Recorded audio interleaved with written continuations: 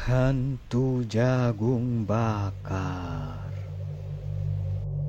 Malam itu sehabis isya, kami menemui Abah Ujang, pria tua renta yang tinggal di desa Kadupandak, Cianjur. Abah Ujang pun menyambut kami dengan sangat ramah.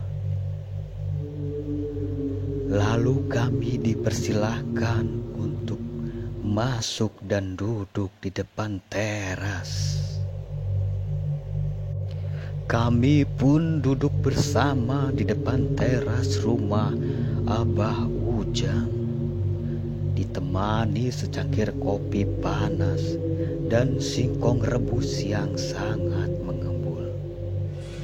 Sepertinya singkong yang baru saja matang. Ternyata kehadiran kami memang sudah ditunggu dengan Abah Ujang. Malam makin menyambut, Abah Ujang pun mulai bercerita.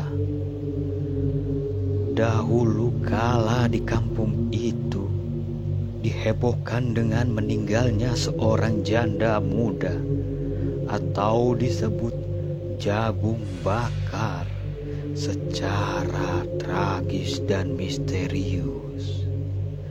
Kami pun larut dalam cerita itu. Begini tutur Abah Ujang. Dahulu ada seorang janda muda yang tinggal sendiri bernama Rodia. Ia berparas cantik, berbodi mulus, sedikit sawo matang. Siapa saja yang melihatnya pasti akan kepincut alias naksir. Memang Rodia bak bidadari yang turun dari surga. Abah Ujang pun sambil tersenyum lebar. Ia memang mengakui sosok Rodia yang nyatanya memanglah wanita kembang desa sangat cantik yang luar biasa. Rodia sehari-hari bekerja sebagai penjual tape keliling. Ia berjualan berkeliling kampung dari pagi hingga petang untuk menutupi kebutuhannya yang semakin hari semakin sulit.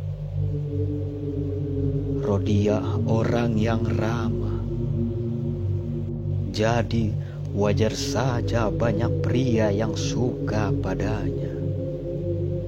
Seiring waktu berjalan, ada seorang laki-laki muda dari kampung sebelah yang suka dengan Rodia. Hampir setiap minggu laki-laki itu sering ke rumah Rodia, membuat para pemuda warga setempat merasa iri dan tidak suka dengan kehadiran pria tersebut. Lambat laun, berkat kegigihan pria itu, akhirnya Rodia pun diam-diam menaruh hati. Ternyata ia mencoba membuka diri untuk pria itu. Laki itu pun tak malu-malu, terkadang sering membantu Rodia berjualan berkeliling kampung, membuat para pemuda kampung di sana semakin gerah dengan ulah laki-laki tersebut. Kisah asmara antara Rodia dan laki-laki itu semakin hari semakin berlanjut.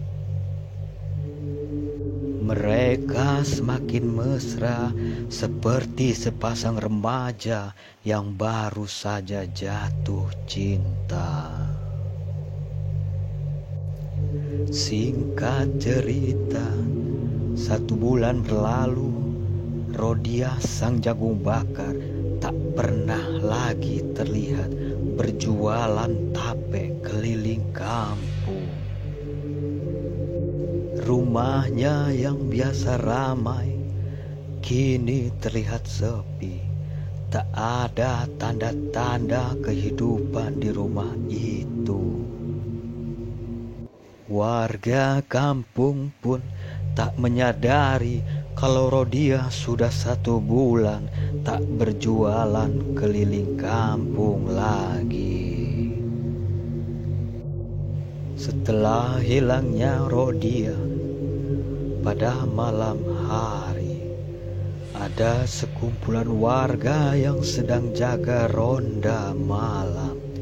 Tiba-tiba terdengar dari kejauhan suara Rodia yang sedang berjualan tape.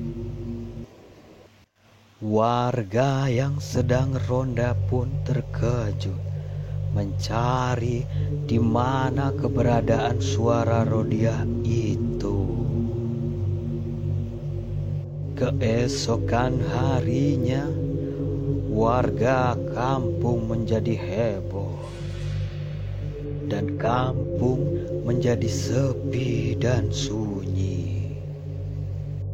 Hampir setiap malam, teror Rodia pun sering muncul, membuat kampung itu semakin mencekam dan mengerikan.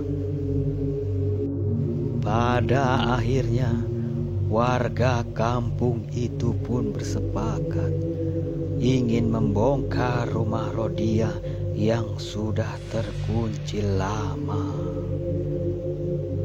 Rumah pun dibongkar paksa oleh warga. Ternyata di dalam sana tak ada Rodia ataupun mayat Rodia yang tergeletak di rumah itu. Warga pun semakin penasaran, namun mereka tetap mencari di mana keberadaan Rodia. Pencarian warga pun akhirnya membuahkan hasil. Rodia sang jagung bakar ternyata dikubur hidup-hidup di bawah ranjang tempat tidurnya. Lalu Rodia pun dimakamkan di tempat yang layak. Dan pada akhirnya kampung tersebut tidak lagi diteror oleh hantu Rodia. Misteri kematian Rodia pun tak dapat terungkap hingga sampai hari ini. Kekasih Rodia pun menghilang secara misterius setelah kejadian matinya Rodia. Malam pun kian larut, seiring berakhirnya cerita Abah Ujang. Demikianlah cerita singkat dari Abah Ujang tentang wanita yang bernama Rodia, sang jagung bakar.